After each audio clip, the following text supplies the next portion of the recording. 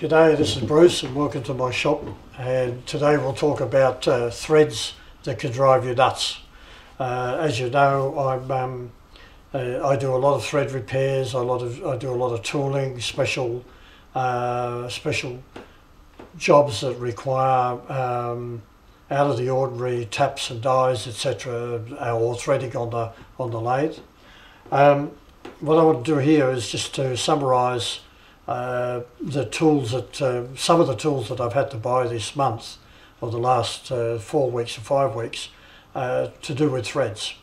And I'll dispense with the ordinary ones, the regular run-of-the-mill ones of metric and UNF and UNC, and I'll go into the specials that I've had to buy this month. One of them is this 1 inch by 16 TPI.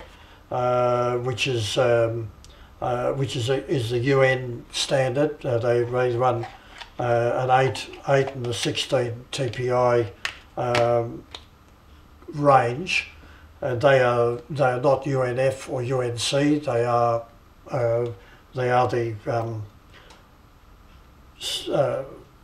They are a set thread pitch for different diameters.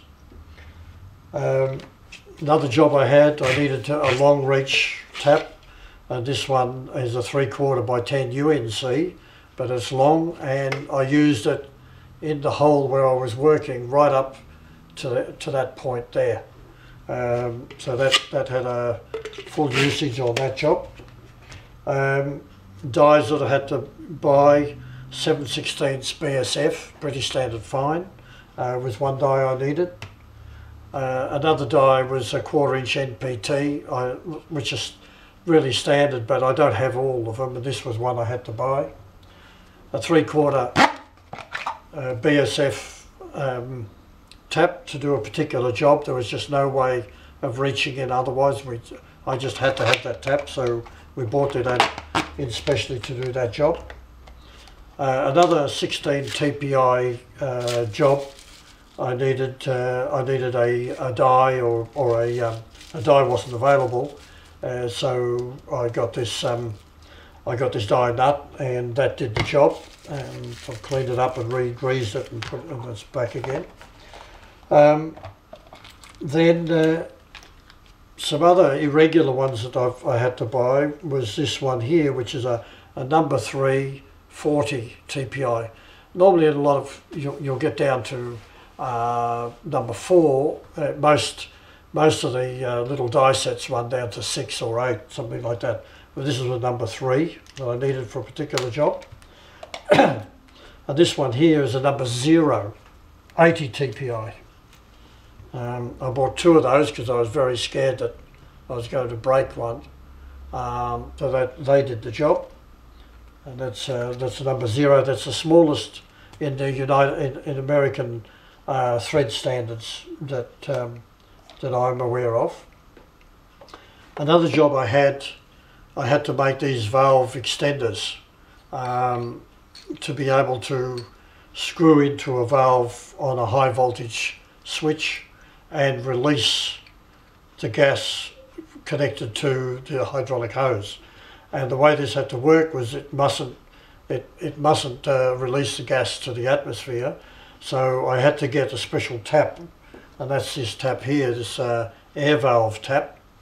I had to buy that in specially to be able to make the threads inside here, because there's a valve here and a valve there, and a plunger that goes through to press into here. So that was a fairly and also on this side I've made another plunger that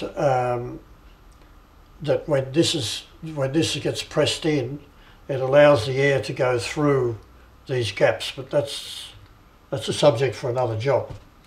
Another job I had just recently was a 4x40.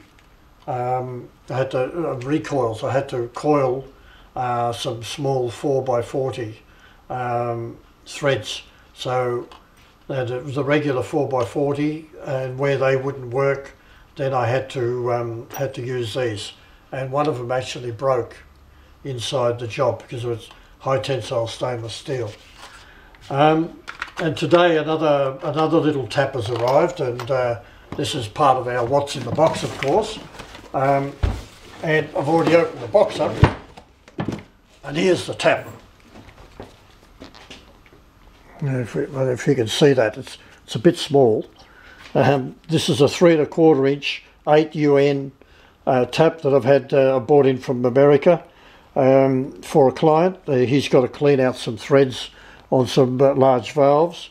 So we can see that the extremities of taps, thread taps that I have to deal with, from the tiny to the gigantic.